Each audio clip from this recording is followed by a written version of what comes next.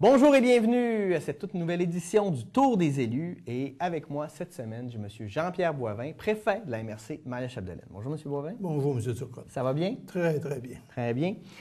Avant de commencer à parler des choses plus politiques, pour ceux qui ne vous connaissent pas, c'est qui Jean-Pierre Boivin avant d'être le préfet de la MRC Maria-Chapdelaine? Moi, je suis natif de Dolbeau, anciennement Dolbeau, maintenant Dolbeau-Mistassini. J'ai fait toute mon enfance, mes écoles ici, etc.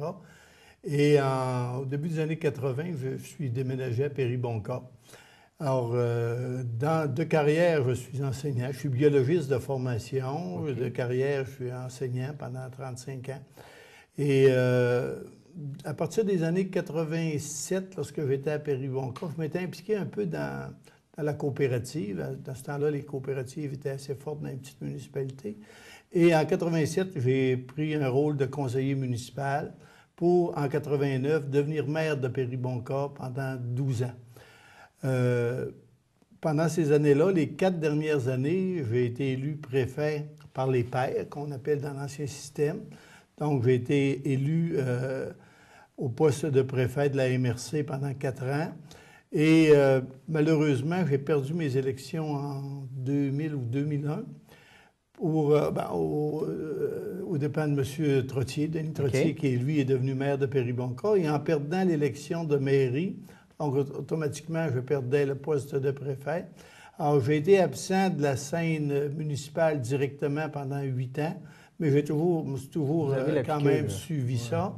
Et après 8 ans, quand on a décidé à la MRC de placer un préfet élu au suffrage universel et il y avait une élection qui s'en venait, alors ça m'a intéressé et c'est là que je suis redevenu préfet élu au suffrage universel pour la MRC de Maria-Chapdelaine. Je suis le seul dans la région et on est 13 ou 14 au Québec seulement. OK.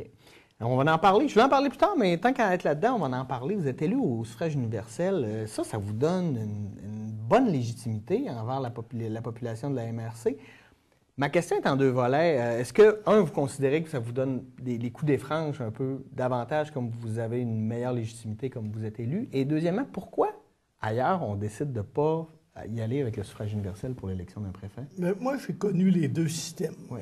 4 ans préfet élu par les pairs et 4 ans, 5 ans maintenant, là, presque élu au suffrage universel. Et je suis à même d'apprécier la différence entre les deux.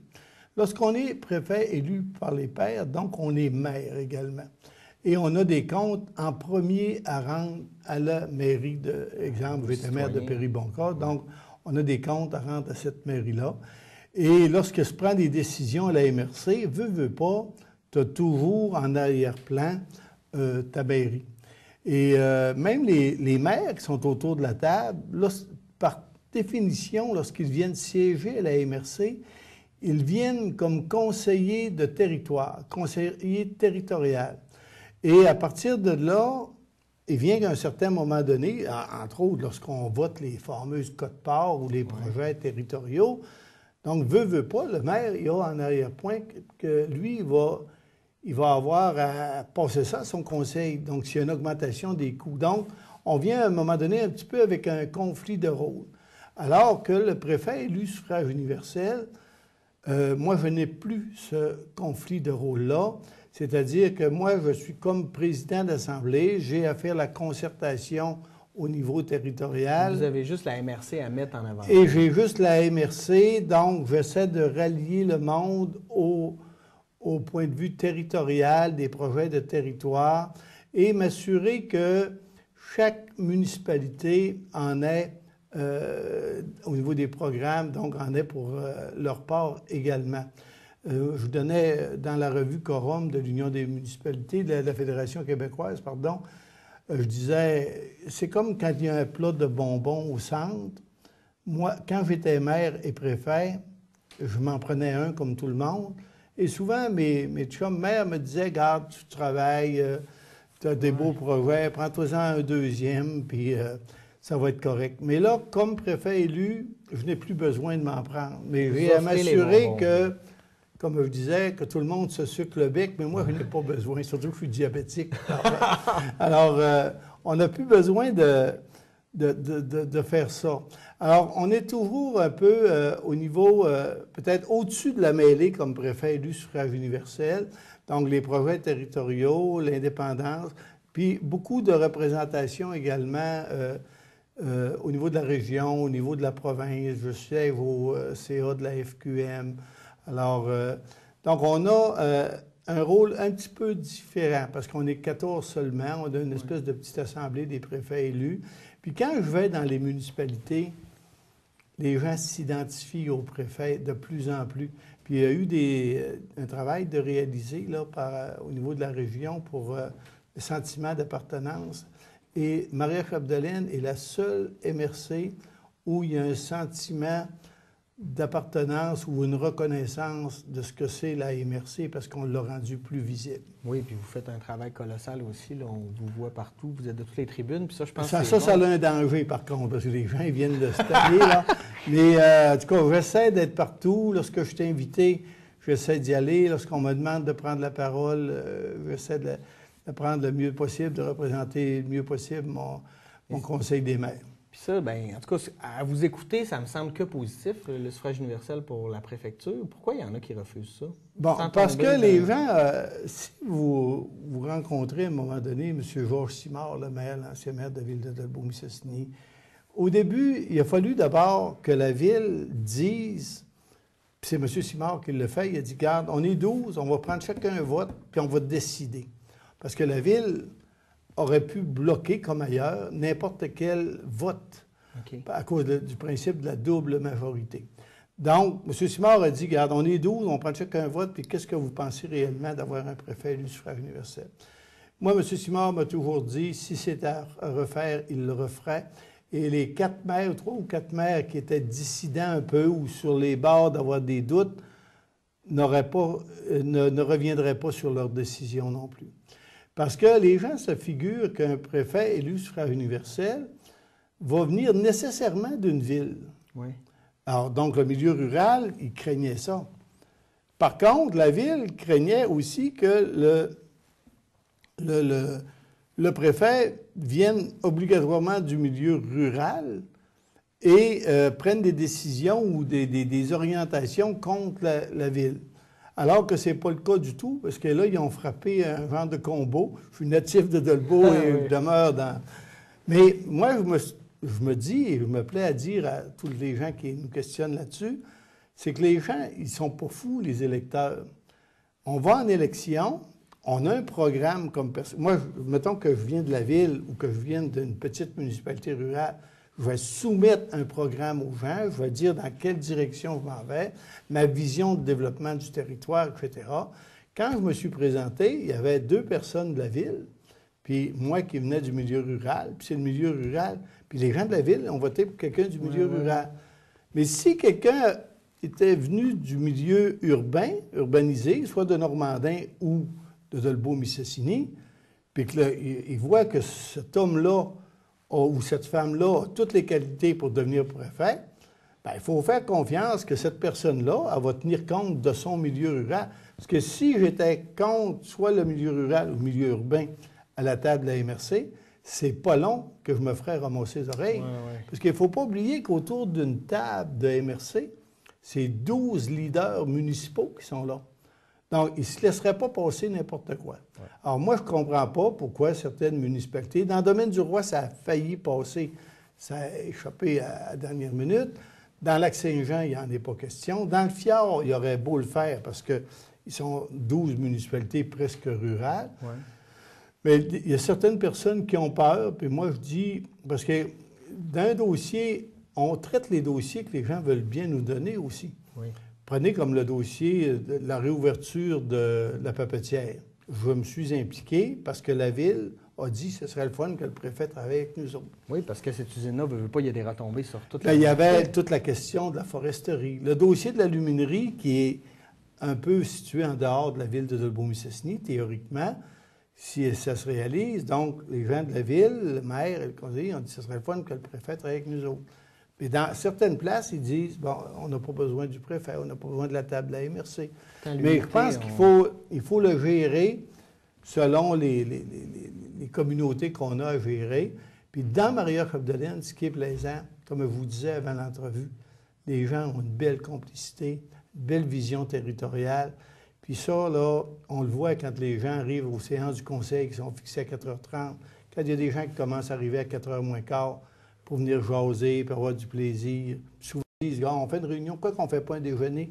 On se parlerait avant. Alors les gens se parlent, il n'y a pas de jalousie, mais il faut que tout le monde y trouve son compte. C'est le but qu'on... En tout cas, moi, comme observateur, puis pour avoir travaillé quelques fois avec vous, il y a une unité à Maria-Chapdelaine au niveau de la MRC, c'est beau à voir. Mais je vous parlais des votes. Normalement, la MRC, c'est comme la ville. Si vous allez au conseil de ville, puis ils votent tous les soirs, puis les réunions s'éternisent jusqu'à minuit, vous allez dire qu'il n'y a pas une belle harmonie, parce qu'au comité plénier, ils n'ont pas réussi à s'entendre, etc. À la MRC de Maria-Chapdelaine, c'est très rare qu'il y ait une prise de vote. Pourquoi? Parce qu'en comité plénier, il y a une concertation. Puis si cette concertation-là n'est pas prête à s'exprimer à séance, on fait un petit arrêt, on dit, regarde, on va y repenser, puis c'est pour ça que souvent, il y a des dossiers qui sont retirés de l'ordre du jour parce qu'ils ne sont pas mûrs. Quand ils sont mûrs, OK, on les repasse. OK. Puis, qu'est-ce qui s'est passé dans... J'aimerais que vous nous parliez de la MRC. Comment vous la décririez, la MRC, premièrement? Puis, qu'est-ce qui s'est passé cet été dans la MRC? Bon, la MRC, c'est un vaste territoire. C'est une des plus grandes avec le fjord MRC du Québec, 40 000 km², 8 000 lacs de villégiature, 35 000 km de chemins forestiers. Wow. Donc, c'est une très grande MRC, très bien pourvue en ressources naturelles. Forêt, bien, tout le monde le reconnaît, ressources hydriques, les mines, la faune également. On s'apprête là, à rentrer dans la période de chasse. Oui. Alors, c'est très, très bien. 2 EC, beaucoup d'associations de villégiature, 2 milieux urbanisés de Beaume-Sassini-Normandin, des petites communautés autour. Moi, je pense que on a une MRC qui est bien structurée. On a un conseil des maires qui est très dynamique et ça nous permet d'avoir justement une vision territoriale. Et ça, c'est important parce que les ministères, de plus en plus, ils regardent des projets pour une occupation qu'on appelle dynamique et durable du territoire. Donc, on doit travailler en ce sens-là.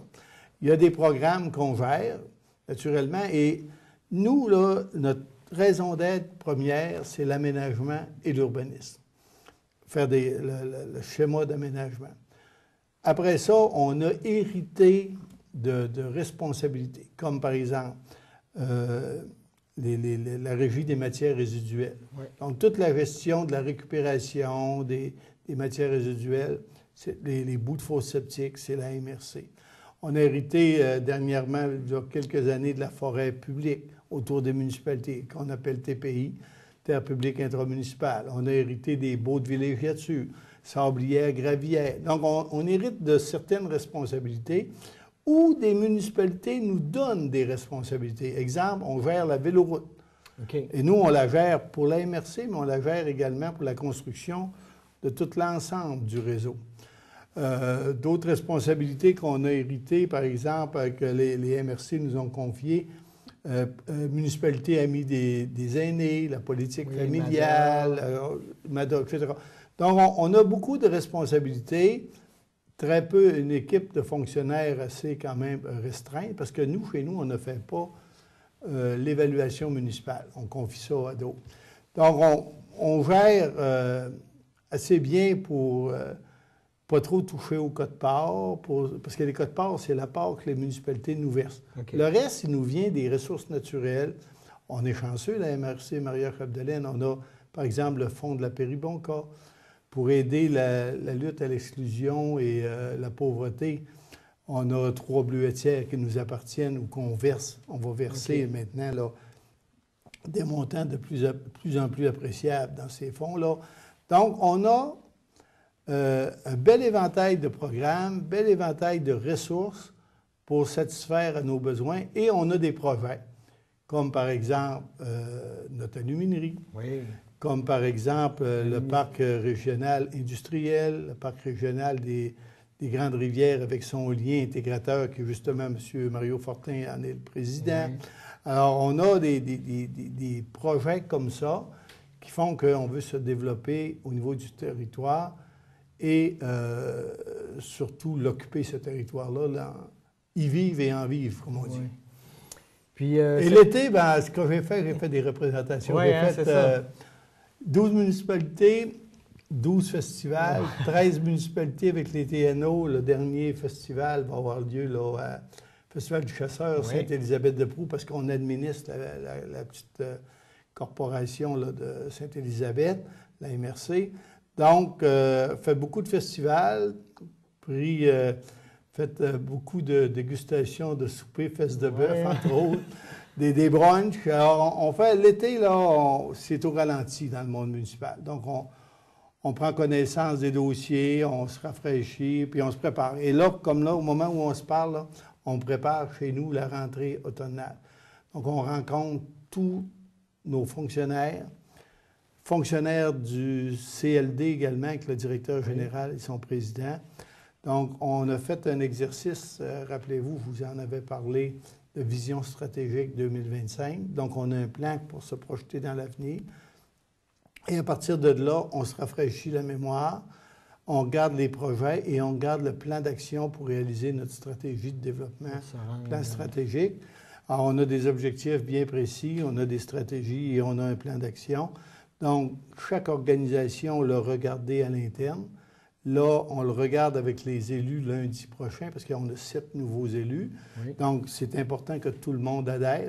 Les gens avaient adhéré immédiatement après leur élection, mais plus ou moins avec des questions parce qu'ils ne connaissaient pas. Donc là, on le revoit et je pense qu'il n'y aura pas de problème. Donc, tout le monde va rembarquer dans le même bateau pour ramer ensemble.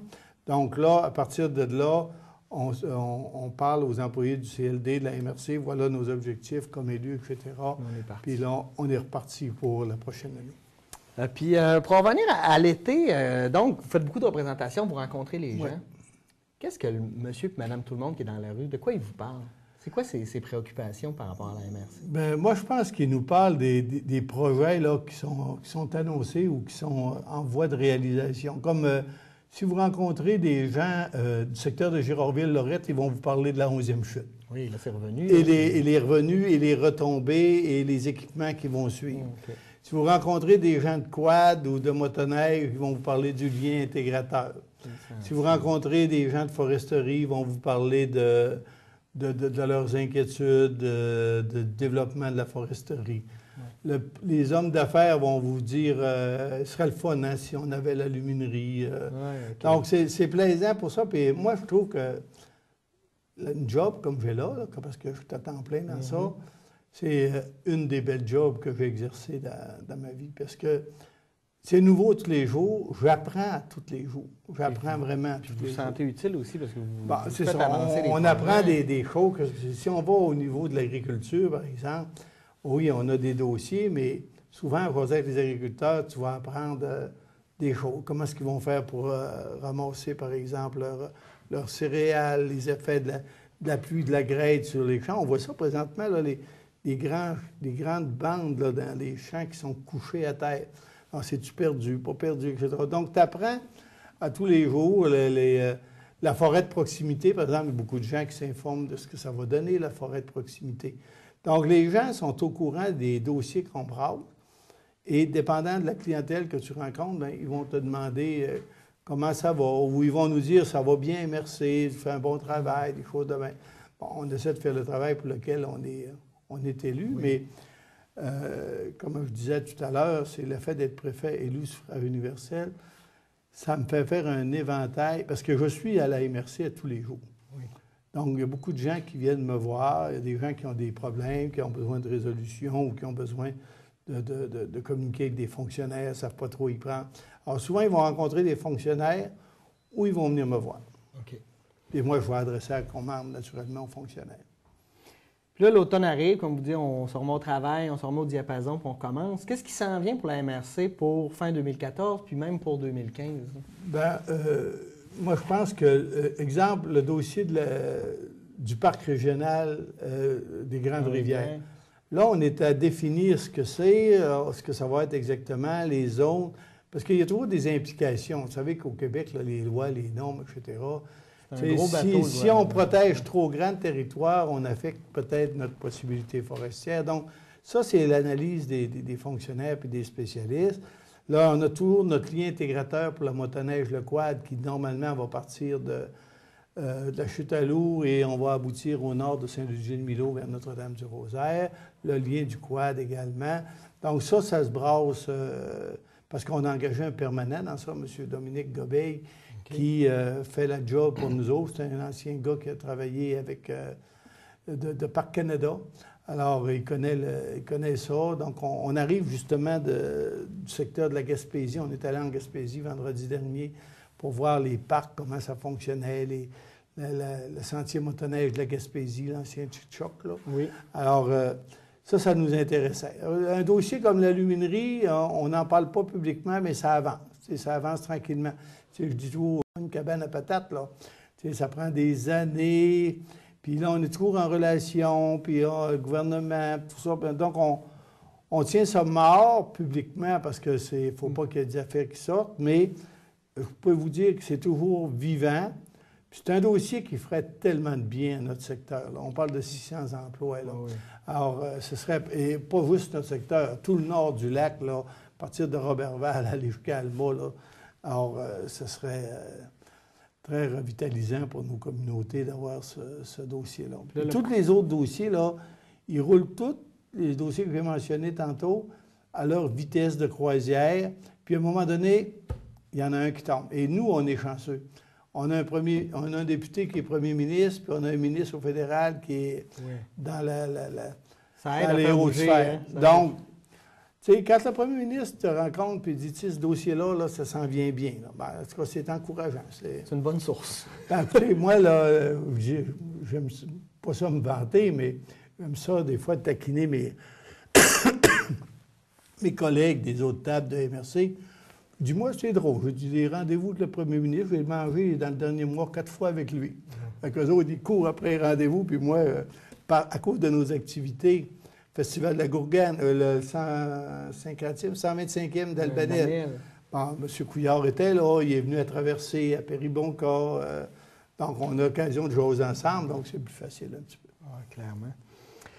Puis pour le retour de la mini-centrale sur la 11e chute? Ça va bien. On s'en va vers les pré-audiences du BAP, c'est-à-dire que le BAP va venir donner une séance d'information, comment présenter un mémoire, puis c'est quoi le projet, il va venir expliquer le projet. Donc, on a répondu à toutes leurs questions. Donc là, le ministre a autorisé le BAP à venir faire ça.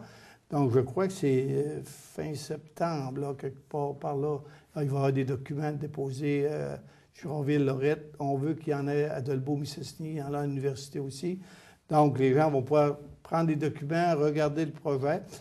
Puis, on pense qu'on a une certaine acceptabilité sociale parce que, d'abord, on est prêt à modifier des choses pour les gens qui font la demande, puis quand c'est raisonnable. Et l'autre chose, c'est que, rappelez-vous, à la dernière élection du préfet, il y avait une question qui s'adressait à tous les gens et ça a répondu à 75 %, comme de quoi que les gens voulaient que ce type de projet-là se réalise. Donc, ça va donner un bon levier de développement et c'est ce que le premier ministre, entre autres, a voulu faire en redémarrant ces projets-là. Ça prend des leviers de développement dans les municipalités pour qu'on arrête de quêter puis d'avoir des chèques gratuits du gouvernement. Ouais. Alors, on dit, nous autres, donnez-nous l'argent, puis les gens sont assez intelligents dans toute Maria-Chapdelaine pour arriver avec des beaux projets de développement. Bons résultats. Ouais. Depuis que vous êtes préfet, de quoi êtes-vous le plus fier? C'est quoi la réalisation qui vous semble la plus extraordinaire ou que vous pensiez que ça n'allait pas marcher puis que ça a fini par fonctionner? Bien, au moment où on se parle, je suis fier de plusieurs affaires. Je suis fier de ma table de MRC particulièrement parce que je regarde, moi je suis au niveau provincial sur certains comités puis régional. Puis je regarde, il y a des MRC, comme je disais tantôt, ça ne doit pas être drôle parce que ça vote puis ça discute jusqu'à minuit, 1 heure. Ouais. Puis, mais mon implication dans l'ouverture de la papetière, ça, je pense que je pourrais écrire un livre là-dessus. Ouais. Parce que c'était vraiment avec M. Simard, M. Grenier, là, on se disait toujours, il y a 3 caves qui croient encore à ce projet-là. Je me rappelle, on avait un petit kiosque là, sur le chemin une petite tente sur le chemin de l'usine. On faisait des dîners tous les midis, puis souvent, c'est nous autres, on était tout seuls pour manger. 2-3 personnes qui venaient. Alors, même les syndicats avaient quasiment perdu confiance. Alors, on s'est battu jusqu'à la limite. Ça, c'était un beau dossier, puis une belle expérience aussi, parce que tu peux pas... C'est des gros Puis on a créé des liens aussi. Parce que prenez comme M. Garneau, là. Ouais. M. Garneau est souvent au Lac-Saint-Jean. M. Garneau, je dois lui parler en moyenne 1 fois par semaine, il m'envoie des courriels sur la situation de la foresterie, etc. Puis je pense qu'avant ça, là, il n'y en avait pas d'échange entre les élus. Ouais. Puis M. Patterson, M. Rougeau. M. Rougeau, il avait fermé l'usine, il n'était jamais venu à Dolbeau, là. Ouais. Donc ça, c'est un beau dossier. Deuxième beau dossier, je vous dirais, mon Dieu, je l'avais sur le bout de la langue. Actuellement, il y a les dossiers en cours, mais je ne m'en rappelle plus.